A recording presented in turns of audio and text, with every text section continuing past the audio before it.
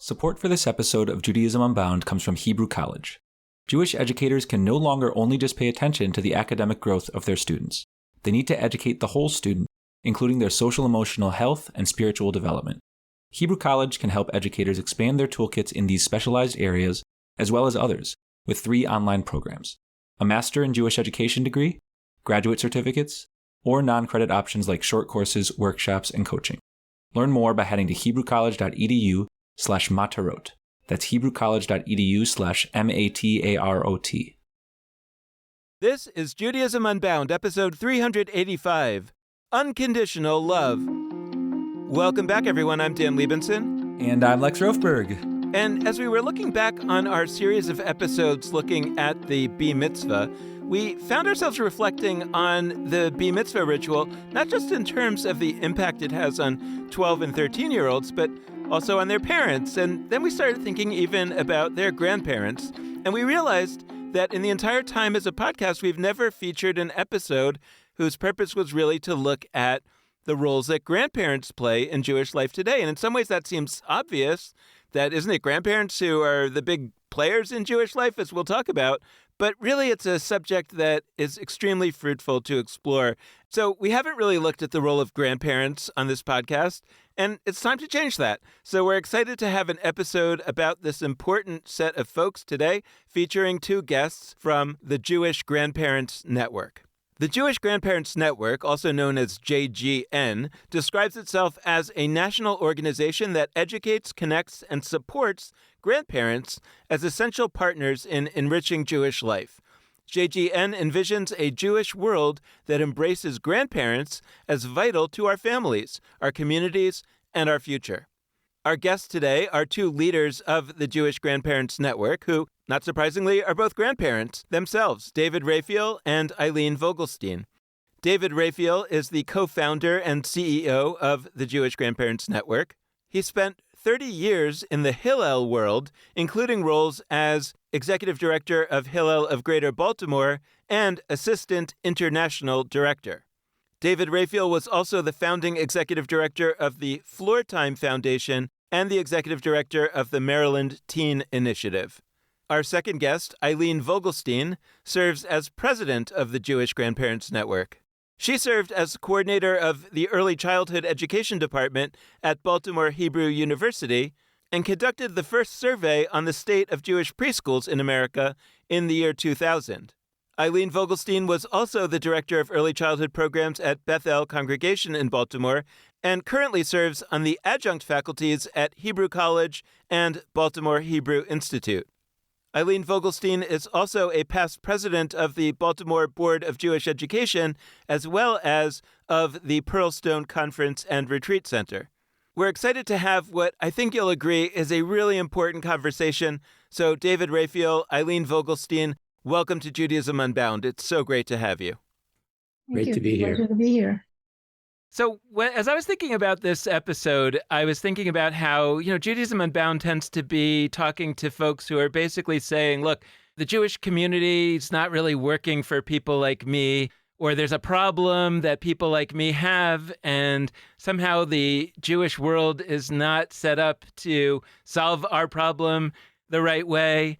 And I think that the assumption is that when we're talking about Jewish grandparents, they are the, let's say, the locus of the complaining. Aren't you running the Jewish community? So shouldn't those people be the ones talking to you? But here, when I learned about the Jewish Grandparents Network, there was this sense of whoa, wait a second. There's actually a reason that this had to be founded, that something wasn't working for the grandparents. So we'd love to understand from your perspective, what was it that led to the founding of this organization, and what are you trying to do? So first of all, just because the nature of grandparenting has changed doesn't mean we don't get to kvetch anymore. We don't get to complain anymore. So I want to kind of start there. So the germ of the idea for the Jewish Grandparents Network came from our colleague and co-founder, Lee M. Hendler of Baltimore. And Lee tells this great story that she's at a General Assembly maybe 10 or 12 years ago. I don't remember exactly. And everybody's talking about how to engage young people. And she raises her hand and she says, you want to connect with young adults? Oh, then talk to me. And everybody's going, what are you talking about? You see this? My phone? I have 10 of them in my iPhone, and I'm the one who makes them Shabbos dinner, and I'm the one who arranged for the interfaith marriages, and I'm the one who holds the Passover Seders, and I'm the one who builds a sukkah. I'm the one who's connecting these folks to Jewish life. And so if you want to reach them, you really need to talk to me, and nothing happened. So then I want to say it was, I would say 5 years ago, but it was right before my granddaughter was born. And if I don't say like 5 3/4, my granddaughter gets angry at me because I'm not saying, no, I'm not 5, I'm 5 3/4. So I was actually just doing some consulting at the time. And I went to visit Lee, and we started talking, and we sat in her backyard probably for 3 hours talking about her frustration about the lack of awareness that the Jewish community has to the essential role that grandparents play in today's intergenerational families, whether it's in the daily lives of their families, schlepping them to preschool and after school, paying their tuition, providing daycare services, and whether it's advancing our Jewish wisdom and knowledge and traditions through Shabbat dinner or hosting, Passover Seders, or acting as an intermediary between the interfaith families and the shuls. And so it was based on that conversation that the Jewish Grandparent Network was founded. The sense that there is a gap in awareness in the essential role that grandparents play in today's Jewish life. And then the next thing that they realized was that in order to have some kind of credibility within the Jewish world, that they needed to have some data. And then they went and started this the first and the only national study on Jewish grandparents. And so once the data came back and they were analyzing it, it was like, wow, this is really important information. This ought to be out there. One, to let people know, and two, to provide services for the grandparents. So what did that study find? The study was done. It's at this point it needs to be revisited because we started gathering data in 2018 and completed the study in 2019. We did a random sample of 1,000 grandparents across America. So the data is valid on a very high level. It's not, let's talk to grandparents, go to shul. The data tells us a lot. I mean, it tells us a lot specifically, I'd say, in terms of demographics. We know that 40% of grandparents live at least 5 hours away from their grandkids by car, bus, or train. Somewhere in the area of 49% live within an hour. That has implications in terms of how organizations seek to engage grandparents. We know that it is important for grandparents that their grandkids have connections to Jewish life. Upwards of 70% respond to an array of questions regarding how grandparents feel about their grandkids being connected live. Conversely, it's not that important for grandparents that their grandkids marry somebody Jewish, because they recognize, I think, and I don't know what the metaphor is or the euphemism, that the horse has left the barn or the train has left the station. This is the reality in which they live. We also learned that 53% of grandparents have at least one grandkid being raised in a multi-faith family, and we know how they're being raised: Jewish only, Jewish and another faith, nothing. So we have all of that. Finally, we did a segmentation analysis and identified 5 different cohorts of grandparents, and each of them had different attitudes and engagement of both Jewish life and their grandkids, and then came up with a series of actionable recommendations regarding how we may think about engaging these different types of grandparents.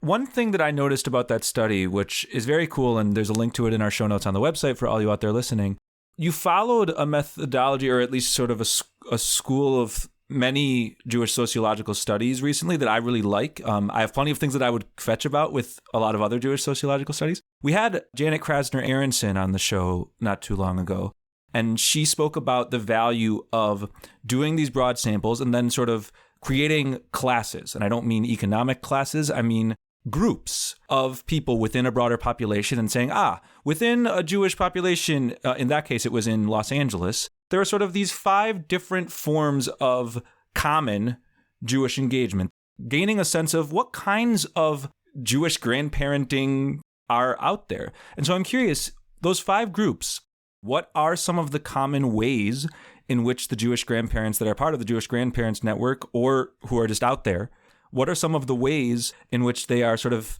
embodying, actualizing their Jewish grandparenting?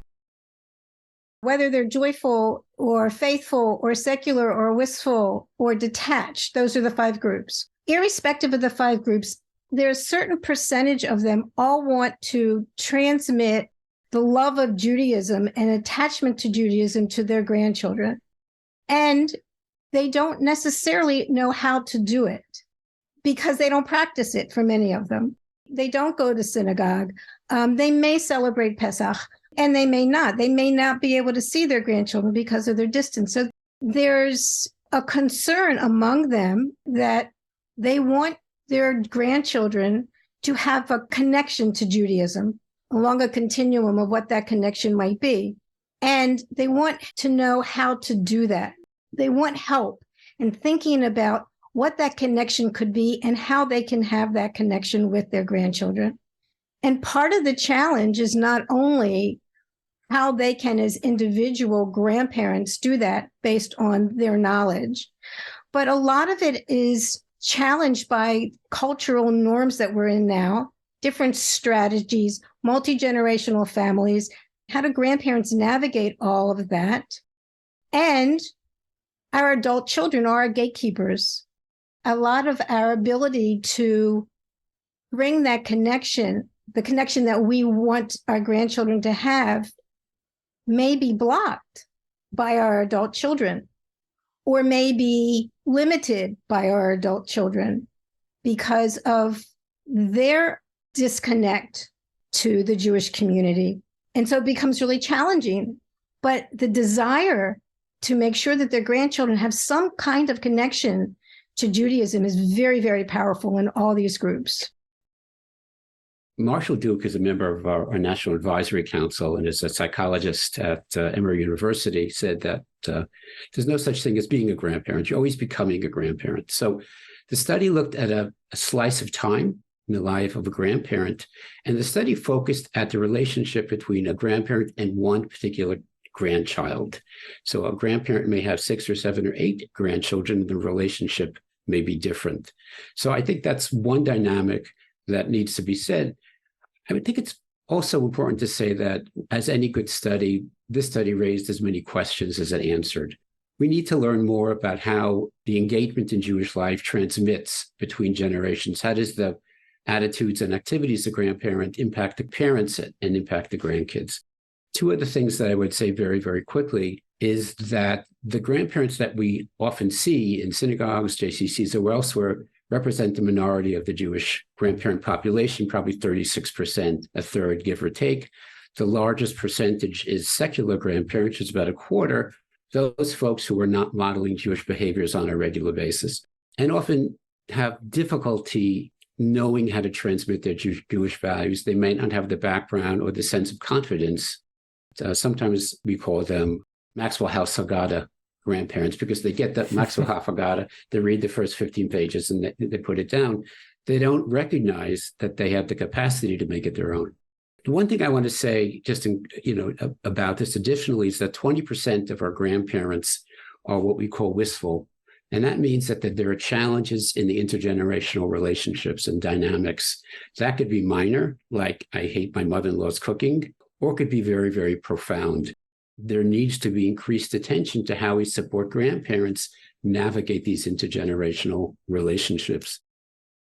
So I'm curious about that particular topic and everything that you've said up till now in terms of the various challenges that grandparents have that you've described. How does the Jewish Grandparents Network go about helping them with these things? Because a lot of things you've described, I'm kind of like, yeah, that's really too bad. That sucks. It's really, but it's fascinating to me to know that there's something to do about it. So I'd love to hear what that is. So the first thing we did, or one of the first things, is right after the study came out, COVID hit. And so we had to be virtual. So we knew that grandparents spent most of their time with their grandchildren in the home. So we created something called the Family Room. And in the Family Room, we have 10 destinations. And within each destination, there are a number of activities that a grandparent can do with their grandchild, whether virtual or in person. And each activity is designed with a Jewish context around it. So whether it is gardening or whether it is cooking or it's birthdays, you can go in and search our website and find an activity that you want to do with your grandchild.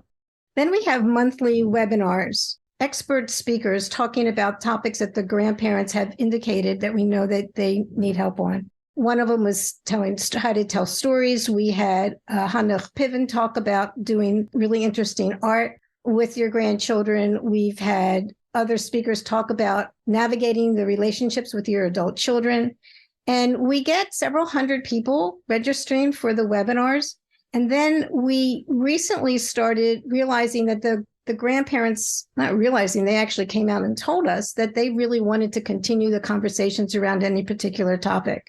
And so we started these small group conversations so they could continue and have some additional support in any particular area that they were interested in.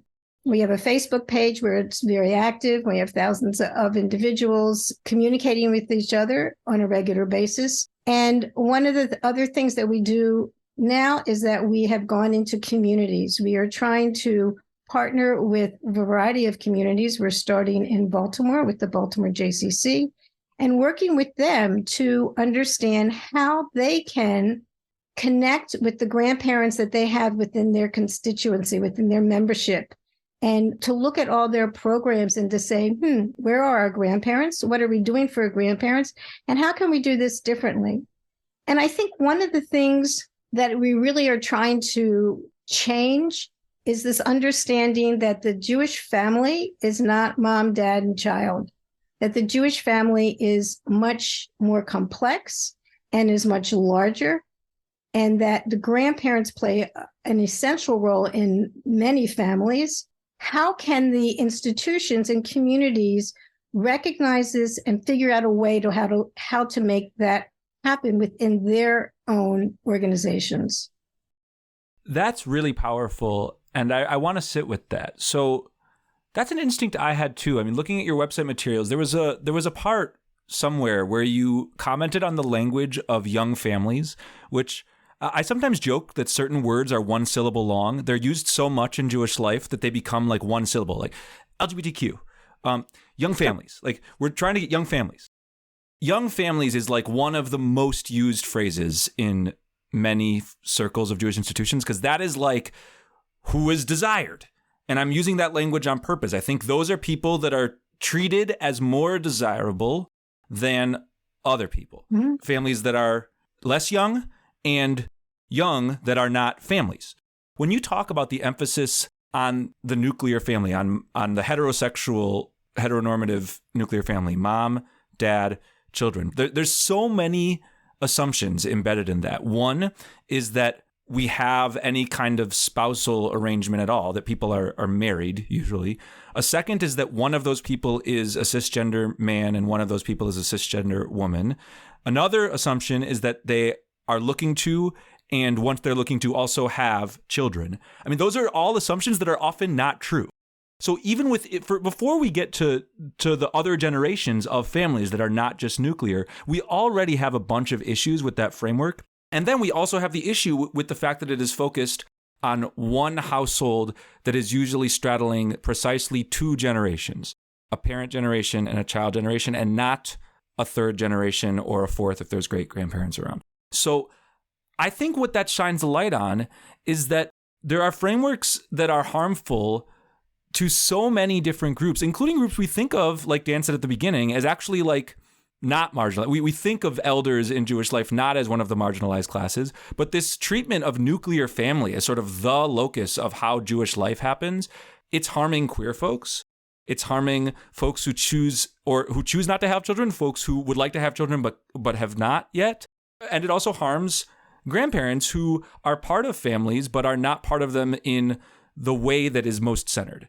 And so I guess I'd love to hear, because it's counterintuitive, right? Like a Jewish grandparents organization, I don't think people would look at that and be like, oh, wow, that's like progressive. Wow. Like that's doing like justice-driven work. It's like to be tied to work we do to empower LGBTQ folks in Jewish life or Jews of color or interfaith. Like, I don't think that's necessarily intuitive to people. But my sense is that your organization is actually pretty thoughtful about that. So can you talk about the ways in which your work to empower grandparents connects to other forms of empowerment work of other groups in Jewish life? I guess I would begin by sharing another assumption that grandparents are kind of like old fogies and closed-minded. when it comes to issues of gender, issues of multi-faith and multiracial families, and other different family dynamics. In fact, if you look at the book by Jane Isay, quote, Unconditional Love, this grandparent relationship is driven by unconditional love. And we hear, and this is anecdotal, this is not data, but we hear from young adults or teens who have come out, who have shared some gender fluidity, that it's the grandparents who are the most welcoming to those different identities. And in terms of multi-faith families, we believe, and it's in our value statement, that the Jewish community is stronger due to the complexity and the multidimensional qualities of the intergenerational families. By the way, that is often more difficult for grandparents because they're playing three-dimensional chess. It's not just within a certain one level that they're dealing with differences, but that they may have different kids raising their grandkids in different ways. There are a lot of things that scare grandparents, but the thing that scares them the most is that they're not going to have access to their grandchildren. If they don't accept them, if they're not accepting of their adult children's religious faith preferences, we are concerned that those connections between generations might be lost. And so there is a quality of unconditional love that comes both out of devotion and, to a certain extent, fear. The Jewish community can learn from grandparents in terms of what does it mean to be, what is it, radically welcoming and radically accepting in order to keep those bonds between the generations. We're driven to be accepting and driven to be radically accepting. And I think, that, again, rather than saying, I reject you because you're different, they're saying, I accept you because you're important to me and I love you. We are joining a number of groups, institutions, thought partners who are trying to break down the norms within the Jewish community. And the establishment of family education years ago, this is an unintended consequence of that. I mean, it was wonderful when it emerged, right? First, we weren't even looking at families as part of in terms of Jewish education and the Jewish education experience. It really was just the children in the schools. And then someone said, well, it's not just the children. Let's think about Bronfenbrenner. Let's look at something broader than that. So let's invite the parents into this conversation and into this engagement. We've been so focused on that we've missed so many who have been within our communities and haven't had a voice. And we're just one of those that finally said, you know what? We want a voice too. We want to be heard. We can play a critically important role. And the roles that we can play, it's just not one role, it's multiple roles. But one of the major roles that we can play is, as Jane Shapiro, co-founder of OROT, said to us a while ago, grandparents have a wingspan of 5 generations. And for some with the great-grandparents, 6 generations. Like, I have the stories of my grandparents. I have the stories of my parents. I have my own story. I have the story of my children, and I have my grandchildren's story. Telling the story, family stories, community stories, Jewish stories is really important. And our role as historians, as mentors, as coaches, is being lost by not paying attention to us. Grandparents are pretty powerful, and can have a really powerful impact on our families, on our communities, and in our institutions.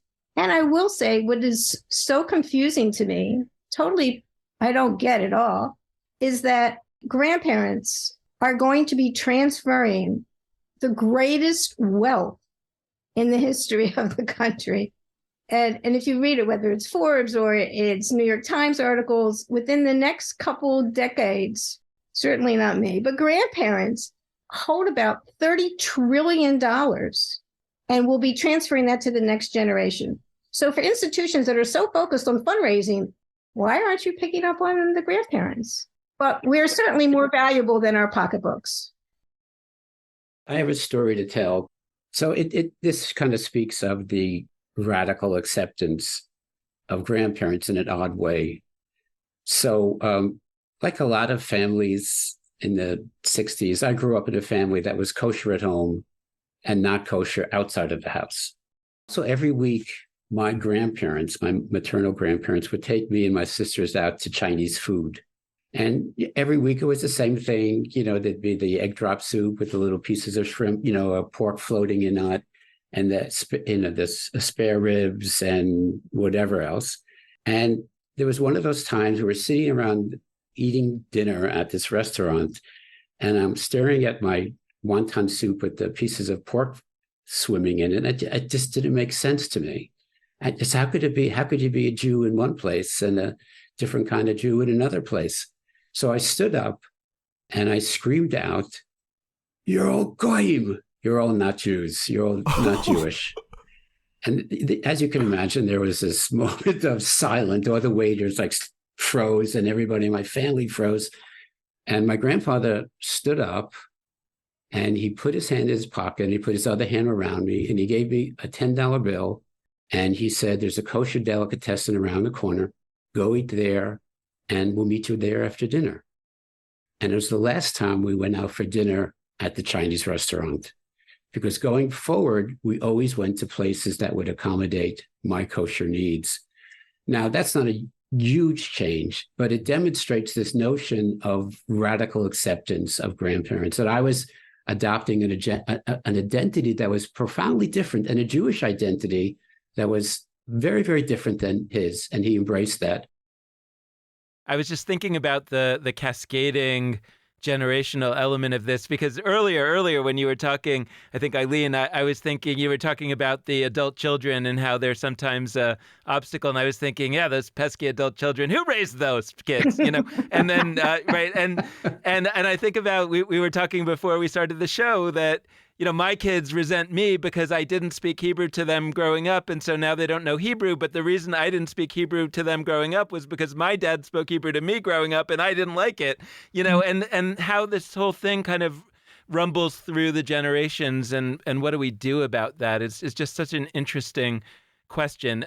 There's a story that I have that is related, even though it didn't, strictly speaking, have to do with a grandparent. But when I was working on campus, and I may have told this story on the podcast before, but when I was working on campus, there was one day when I remember walking back with a board member from a board meeting. And the board member said, all those amazing things that you were talking about that you're doing with the college students, I really wish that I had those. And I said, yeah, I know college wasn't the same, as it was now. There's more resources now on campus for the Jewish community. And she said, no. I'm not saying that I wish I had those when I was in college. She's saying, I wish I had those now. Mm-hmm. She's saying, when I became an empty nester, when I dropped my kids off at college, I realized that I don't know why I'm involved in the Jewish community. I was only doing it for my kids. And I've never really gotten anything out of it myself. Now I know that I wish that I had a program where I might discover why I'm a Jew, why it should be valuable to me. And she was one of these people, I think, that you're talking about, who would later become a grandparent, who would say, look, being Jewish is really important to me. I want my grandchildren to feel Jewish and to feel that's important to them, but I don't really know why it's important to me. And therefore, it's really hard for me to make the case to them.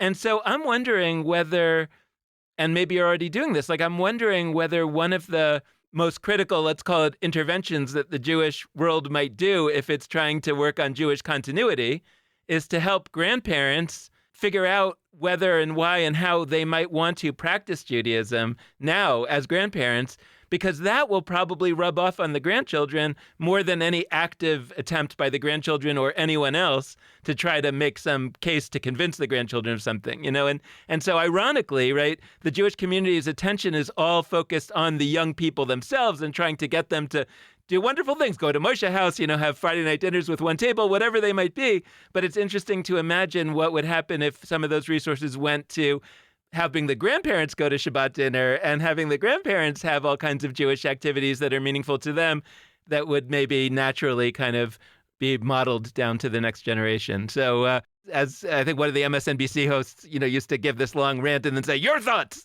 So what are your thoughts? I have a saying that I like to share to grandparents, that if we want our grandchildren to be on Jewish journeys, we have to be on our own. How can we engage our grandchildren in Jewish life if we're not engaged in Jewish life in ways that are meaningful? and life-changing. And so we do, for instance, have programs called this one that we do with Jane Shapiro of Orot called Opening the Heart, Becoming a Jewish Grandparents, where grandparents reflect on their grandparenting based on Jewish sources. And it's a 5-part Jewish learning program, and it's wonderful. We just did a series of multiple mini symposia on becoming a grandparent and talking about the changes that happen when we become grandparents. I think there are ways that grandparents can be engaged really creatively in their own Jewish identities. Becoming a grandparent is an opening in terms of rethinking who you are, rethinking what's important to you, rethinking what's your values. And what a better time to engage in our Jewish traditions in those times of opening. All of a sudden I have a new name. Now I'm Zadie. What does that mean in terms of who I am? What does that mean in terms of who I am, and how do I figure that out? I also think that our work in the communities is going to elevate just what you've referred to, that we will have an opportunity to meet face-to-face with individuals, with grandparents, and to have these conversations with them, these heart-to-heart conversations about where do they see themselves? What is their Jewish journey that they're, as David mentions, that they're on? And what does it mean to them to be Jewish? And how can they then translate that or have a conversation? What we're finding is the conversations with our adult children are critical to transmitting our love of Judaism to our grandchildren. So we started with activities for grandparents with grandchildren. And that was out of necessity because everybody was virtual, and it served an incredible need and a valuable service. But what we're hearing now is that grandparents really want to talk about these issues, and they want to talk about it with other grandparents. And they want to talk particularly about having conversations with their adult children. So, for example, my kids went to day school, but none of my children are affiliated with the congregation. That's not true. My daughter is now, but she just, joined a congregation. And the Judaism looks very differently to them than it does to me. How can I have these conversations with them about being Jewish? What do they see? What do they value? What do I see? What do I value? And how can we share that with the children and grandchildren so that they will also then have a love of Judaism and value Judaism, whatever that means to them, and want to have a connection. So that's a long way around of saying one of the services that we want to provide more of and are doing more of is engaging grandparents in this particular kind of conversation. I want to sit in some of the places that are challenging. I think one of your adjectives was wistful of the 5 groups. And you mentioned that that's when there's some level of, whether the word is conflict or like different vision between grandparents and their adult children and those in turn their children. I remember a moment in the early 2000s, maybe early 2010s, where there was a lot of work, or not a lot, there were some organizations doing work around grandparenting in the interfaith realm. I do a lot of work with interfaith families. I'm in one myself. But there was this moment where I felt like there was some cool work happening, but some of it I got the willies from, because it was it felt like, okay, we're going to give some resources to grandparents and help them sort of do the runaround their children who don't really want a certain set of things. And we're going to give them tools to interface directly with their grandchildren on Jewish stuff, because those grandchildren's parents and their kids, the grandparents' kids, don't want that. I do have mixed feelings about it. There are people out there who wish that their parents gave them more access to Jewish stuff, and sometimes grandparents are in a place to do that. And at the same time, it feels really uncomfortable to be like, here's a set of ways for a certain generation to go around another generation's wishes. And so I'm curious how you navigate that, because it's not easy. And this comes up on interfaith stuff a lot. I mean, I'm involved with work not just on the Jewish side. I mean, there's plenty of families who, if we're talking about the grandparents, some of the grandparents are Jewish, some of them are not. There's entire scholarly essays about Christian grandparents who they're babysitting and they do a little baptism in the sink. Mm-hmm. And then either they tell the adult children or they don't. I mean, as you can imagine, that is not always welcomed. So I bring that as like a really hyperbolic example, but like on interfaith stuff especially, but not just there, on other vision things. It's funny, like I'm a rabbi. I think that my grandparents who are buried in a cemetery surrounded by secularist Jews in the Catskills, I think they'd feel like weird about me being a rabbi. They probably like it, but the stereotype of like, oh, the grandfather would be so proud if I'm a rabbi. I think you'd feel like, okay, Lex, like I like your activist stuff, but why are you a rabbi? How do we deal with the pieces of this that are a little bit challenging? And like, are there toolboxes you provide to grandparents? How do you do so in a way that doesn't turn like coercive and go again? Like, how do you navigate all that? It's a great question. Carefully. A long time ago, I asked my son, how do you want me to grandparent your children? What does that mean? What does that look like? That sparked this whole conversation about what he wanted me to do, what he didn't want to do, the Jewish aspects, the non-Jewish aspects, the food, the sleeping, the whole thing. So sometimes it's helping grandparents feel confident that they can ask the questions and have the conversations. One of the things that we are doing is beginning to provide opportunities for grandparents, along with professionals, to actually talk about these issues, to ask these questions, and to get guidance in how to have the conversations without the conversations being antagonistic. So we're not therapists, right? That's not what we do. But given the opportunity to talk and given a couple tools from experts on how to have these conversations, I believe is really important in one of the things that we are doing. I think it's learning how to have relational conversations with our adult children. We think the worst thing we could possibly do is think about going around the parents and build qualities of distrust among family members. That's the best way to accomplish it. So that speaks to coming back and finding that your grandson or granddaughter has been baptized, or you took them to Konidre services or something. I think Ilene's right. There needs to be really profound respect for the parents. There's a great quote, an article by one of members of our National Advisory Council. In an article he wrote, quote, "Making room for each other in interfaith families." He wrote in it that we need to practice hospitality. Abraham and Sarah started it by entertaining the three strangers. To paraphrase the Roman Catholic writer Henri Norwind, hospitality is making room for each others to be themselves.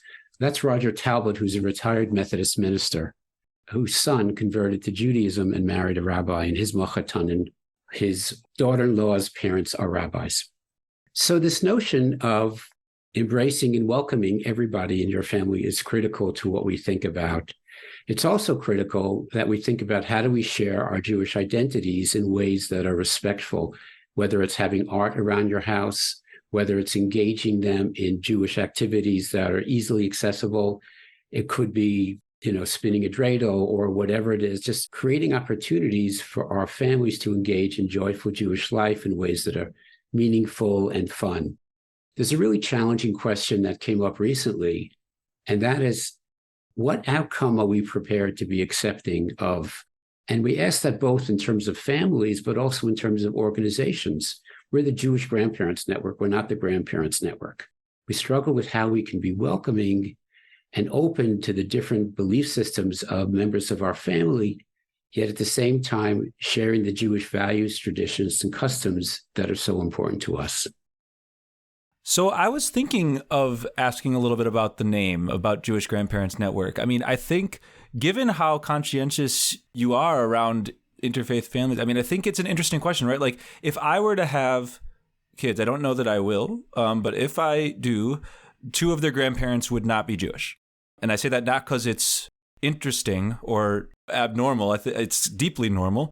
People who are Jews have 0 Jewish grandparents sometimes, if they converted, or if there's any number of other circumstances. They might have 1, they might have 2, they might have 3, they might have 4, they might have more than 4 with remarriage. I mean, there's all sorts of things that could happen there. But Jewish Grandparents Network, I think somebody could hear that as, it's a grandparents network that is Jewish in character. They could also hear it as it is a network of Jewishly identified grandparents. It's like it could be heard in either direction. And I don't know if one of those is wrong, quote unquote, or not, or if it's just, I'd love to hear your approach to how you think of that name. But the other question I have is, if it's a Jewish grandparents network in the sense that it is advocating for Jewish grandparents, are there resources you're creating? Are there organizations you're partnered with that help grandparents who are not Jewish learn or grow in their relationship to Jewish moments that might be occurring in their grandchildren's lives? I'm imagining that might be super useful for folks who are not Jewishly identified to learn about Jewish things. And, when they go to the Bar Mitzvah, to have it be more powerful because they've understood what it is, and not just learn about it. I actually think, I'm curious if there are ways, even if grandparents are not themselves Jewish, that if they would like, they are given the tools to participate in their grandchildren's Jewish experiences in meaningful ways. I mean, the classic example is like who's asked or not asked to come up and say the blessing before the Torah at the Bar Mitzvah. Are the non-Jewish grandparents allowed to stand there to read an English reading, to whatever it might be, or are they not allowed? But even beyond that, like, are you looking at yourselves as an organization that helps grandparents of Jews, whatever those grandparents' identities are? Or is it that you are specifically looking at Jewishly identified grandparents, whose grandchildren, by the way, might be Jewish? They might be Jewish and also something else. They might be, there's a lot of things that could be, but how do you conceptualize all that? I'd start out by saying that I agree that we have a branding issue. I don't remember where the name Jewish Grandparents Network came from, but it came, and we were founded as the Jewish Grandparents Network. And then a member of our National Advisory Council said, well, what about the non-Jewish members of our family? And are we being, is our name kind of a turnoff for people? So I think that's a real issue. I would think that sometime in our near future, we're going to need to do some thinking about our branding and our name and perhaps rebrand ourselves. I think that's a great question. So in terms of the non-Jewish members of our community, broadly defined, we know that among the times where the religions might intersect are in life cycle moments: birth of a child, marriage, bar mitzvah, maybe heading off to college. So specifically in terms of Bar Mitzvah, we've been thinking about how to think beyond that 2.5 hours in the shul on a Saturday morning or a Friday night, where maybe the non-Jewish grandparent has an opportunity to do something perfunctory. Well, whatever, depending on the nature of the synagogue. But we spoke before the beginning of this session about making a tallis.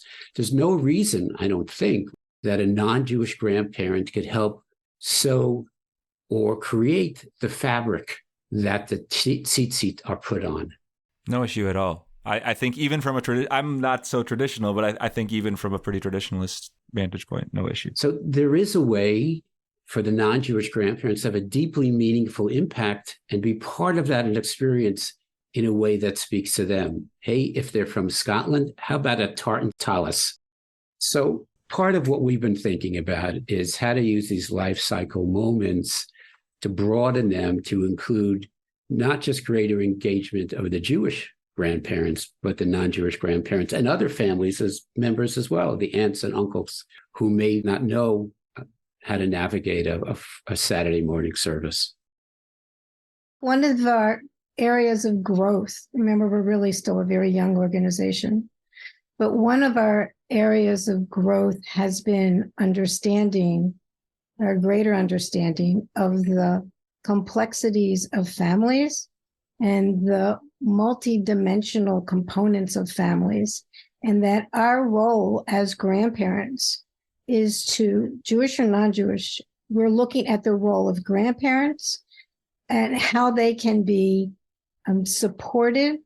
So we're here for all grandparents who have any connection with their grandchildren and want to engage in Jewish life with their grandchildren.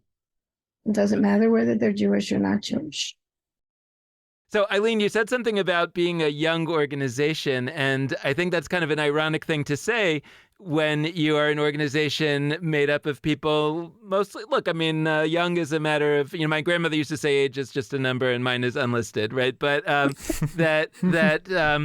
we don't think of the members of the Grandparents Network as necessarily so young. But it's interesting to me because usually, again, this is kind of a thing that's going on in Jewish life today. Usually young organizations that are startups, right, are also young in the sense that they are being started up for and often by quite young people. And so I think that we often assume that startups, or we think about startups as fundamentally relating to young people in certain ways. And I'm wondering what insights we might get from specifically looking at a startup who's working for people that are not so young. And specifically, I'm just wondering how you think about a question that we often ask people on this podcast, which is that startups often are resource constrained. They are often just, even if they have a lot of resources, because apparently you all have $3 trillion, right? But even if the resources 30, are potentially right? out 30 there. trillion.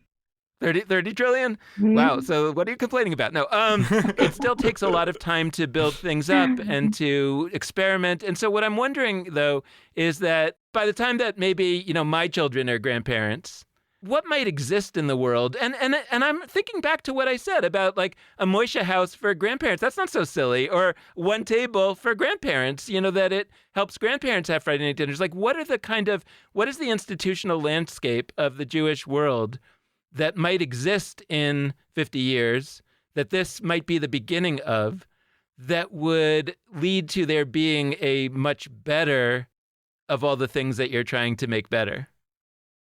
What we envision is that every institution and organization will value grandparents as critical and essential partners in their work. If we are included as thought partners, we can significantly impact what everybody in the Jewish community, or what the norm in the Jewish community is trying to accomplish, which is finding ways to engage more people more meaningfully and connect them to being Jewish and understanding Jewish values. So engaging grandparents, we can be incredibly helpful in accomplishing the vision and mission of what all the other institutions are trying to do. In addition to creating a space for grandparents and providing services and resources for grandparents to be able to build the connection within their families, we want to try to do the same thing within the Jewish community. We want to break down the stereotype of what the family is. We want to break down the stereotype of family engagement. Family engagement doesn't include grandparents. We want to open up, together with other partners, our understanding of what the beauty of an expanded Jewish community can look like, and that includes grandparents, and that includes all of the other organizations that we both partner with that feel that Judaism Unbound focuses on, that feel disenchantized with the rest of the normative Jewish community.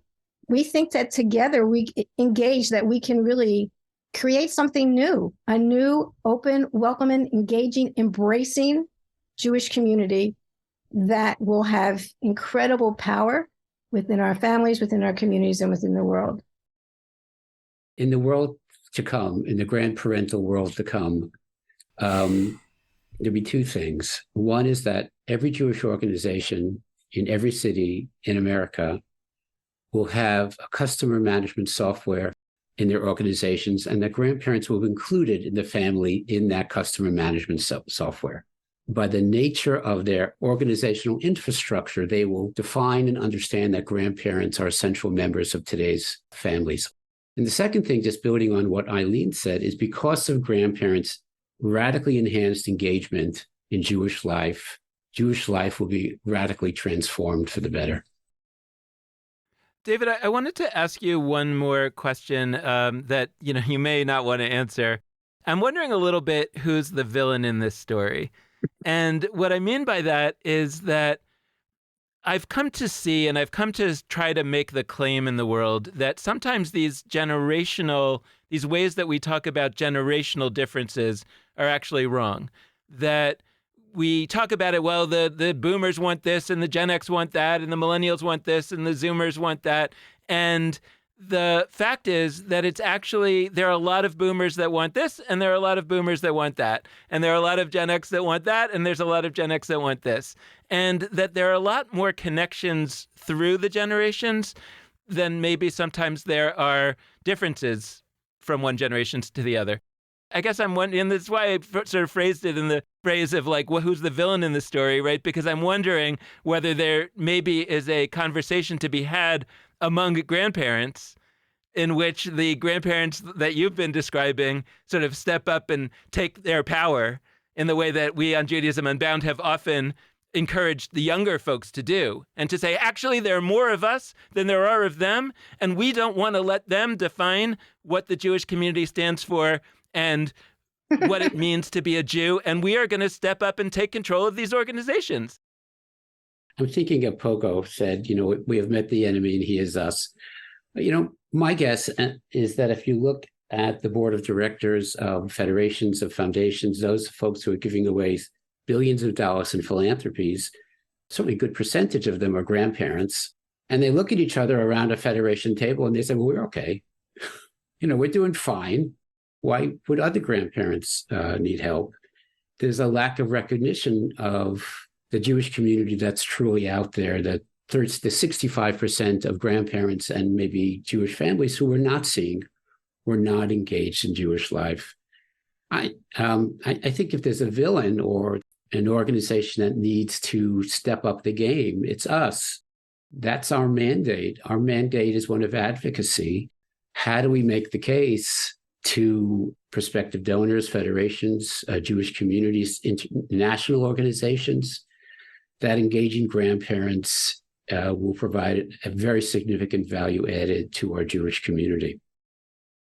So I've got a closing question, and in the spirit of our whole conversation, I'm going to do something that has been stereotyped as millennial, or at least millennial and Gen Z, but that I think is also shared by many elders, which is I'm going to criticize capitalism. I think that we have an overarching issue here, which is I think the reasons why, to go back to earlier in our conversation, elders are rendered by our society and by our Jewish institutions as like obsolete or unimportant or less valuable, is because we're part of a broader culture that is cemented around a capitalist notion that everything always gets better as it's newer, and everything that's old is obsolete and bad. Mm-hmm. And so we then apply that, whether it's conscious or subconscious, to people. We think that once people are no longer producers in society, and many grandparents are in fact retired, once they are no longer sort of contributing, quote unquote, through having a job in the workforce, their time of doing meaningful stuff in life is gone. And to the extent they have a purpose, it's sort of to like be in relationship with the people that matter, that are younger. And I'm being kind of blunt about it. I might be overly simplifying, but I think it's one of our biggest societal problems, which is that we restrict the realm of meaningful contributors to human existence to those who have reached adulthood, who are, in the workforce, and then those who have not yet retired. And we then equate on the young end children and on the older end elders, both grandparents and non-grandparents, as sort of non-contributors. And then they don't matter very much to us in Jewish life because they've done their thing.